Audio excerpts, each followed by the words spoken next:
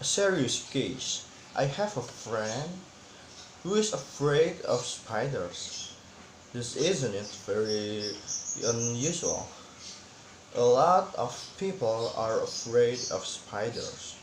I don't really like spiders much myself.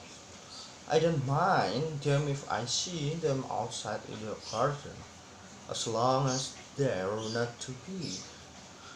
But if one comes in the house, especially if it's one of those really big spiders with furry legs and little red eyes, then I go, yes, and I try to get rid of it. Usually, I'll use a brush to get rid of the spider, but if I feel brave, then I'll put a glass over the top of it. Thread a piece of paper under the glass and then take it outside. This is quite normal, I think. But my friend isn't afraid of spiders in any normal way. She isn't just afraid of spiders, she's totally, completely, and utterly terrified of them. When my friend sees spider, she doesn't just go, ah, or run away or ask someone else to get rid of the horrible creature. No, she screams as loud as the possible can. She screams so loud that her neighbors worry about her and think about calling the police. When she sees spider, she shivers all over, and sometimes she freezes completely. She cannot move at all because she is so terrified. Sometimes she even faints. But my friend had a surprise for me when we met for coffee last week. Guess what? She asked me. What? I said. I've got a new pet. Oh, great, I said. What is it? A dog? A cat? No. A budgie? No. Rabbit? No. What then? I have, I've got a pet spider. I don't believe you. It's true. I decided that it was time I did something about my phobia. So I went to visit a doctor, a special doctor, a psychiatrist. The psychiatrist specializes in phobias, helping people who have irrational fears to get better and live normal. He told me I suffered from arachnophobia.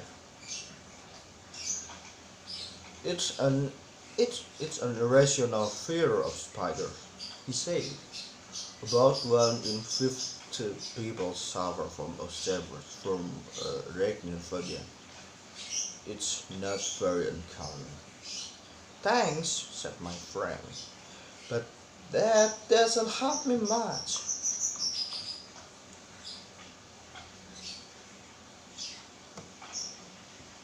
There are lots of different ways we can try to cure your phobia, said the psychiatrist. First, there's traditional analysis. What does that mean? Asked my friend. This means a lot. This means lots of talking. We try to find out exactly when you have such a terrible fear of spiders. Perhaps it's linked to something that happened to you when you were a child. Oh dear, said my friend. That sounds quite worrying. It can take a long time, said the psychiatrist. Yours sometimes, and you can never be certain that it will be successful. Are there a- any other methods? Yes, some psychiatrists use hypnosis along with traditional analysis. My friend didn't like the idea of being hypnotized. I'm worried about what things will come out of my subconscious mind. She sighed. Are there any other methods? Well, said the psychiatrist, there is what we call behavioral approach. What's the behavioral approach? Asked my friend. Well, said the psychiatrist, it's like this. The psychiatrist got out a small spider from his desk. It wasn't a real spider, it was made of plastic. Even though it was only a plastic spider, my friend screamed when she saw it. Don't worry, said the psychiatrist. It's not it's not real spider. I know, said my friend, but I'm afraid of it just the same. Hmm, said the psychiatrist. A serious case. He put plastic spider on the desk. When my friend stopped screaming, the psychiatrist told her to touch it. When she stopped screaming again, the idea of touching the plastic spider was enough to make her scream. She touched it. She touched it. At first, she touched it for just 1 second. She shivered all over, but at least she managed to touch it. Okay, said the psychiatrist. That's all for today. Thanks you. You can go home now. You can go home now. That's it? Asked my friend. Yes. That's all? Yes, for today. This is the behavioral approach. Come back tomorrow. My friend went back the next day, and this time the plastic spider was already on the doctor's desk. This time she touched it and held it for 5 minutes. Then the doctor told her to go home and come back the next day. The next day, she went back and the plastic spider was on her chair. She had to move the spider so she could sit down. The next day, she held the spider in her hand while she sat at her chair. The next day, the doctor gave her the plastic spider and told her to take it home with her. Where do spiders appear in your house? Asked the psychiatrist.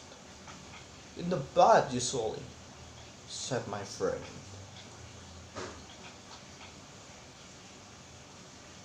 Put the spider in the bed, he told her. My friend was terrified of the spider in the bed, but she managed to not to scream when she saw it. It's only plastic spider, she told herself. The next day, the psychiatrist told her to put the spider in her living room. My friend put it on top of the television. At first, she thought the spider was watching her and she felt afraid. Then she told herself that it was only a plastic spider. The next day, the psychiatrist told her to put the spider in her bed. No way, she said. Absolutely not. Why not? Asked the psychiatrist. It's spider, replied my friend. No, it's not, said the psychiatrist. It's a plastic spider. It's not real. My friend realized that her doctor was right. She put the plastic spider in her bed and she slept there all night her bed, with it in her bed. She only felt a little bit afraid. The next day, she went back to the psychiatrist. This time, she had a sock, a big sock. Sitting in the middle of the doctor's desk, there was a spider. At this time, it was a real spider. My friend was about to scream and run away, but she didn't. She sat on the other side of the room, as far away as possible from the spider for about 5 minutes. Then she got up and left the room. "See you tomorrow," shouted the psychiatrist to her as she left. The next day she went back. At this time the psychiatrist let the spider run around on his desk. Again, my friend stayed about 5 minutes, then left. The next day she stayed for 10 minutes, and the day after that 15. Eventually, the psychiatrist held the real spider with long furry legs and little eyes, in his hand. He asked my friend to come and touch it. At first, she refused, but the doctor insisted. Eventually, she touched the spider just for a second. The next day, she touched it for a few seconds, then for a few minutes, and after that, she held the spider in her own hand. Then she took the spider home and let it run around in her house. She didn't feel afraid. Well, okay, she did feel afraid, but only a teeny bit. So I know I've caught a pet spider, she told me again. "Well done," I said. "There's only one problem," she said. And as she spoke, I noticed that she was shivering all over. Then she screamed and climbed up on the chair. She was pointing to something on the floor. "Over there!" she screamed. "Look! It's a beetle!" The thanks from Chris Rose. Thank you.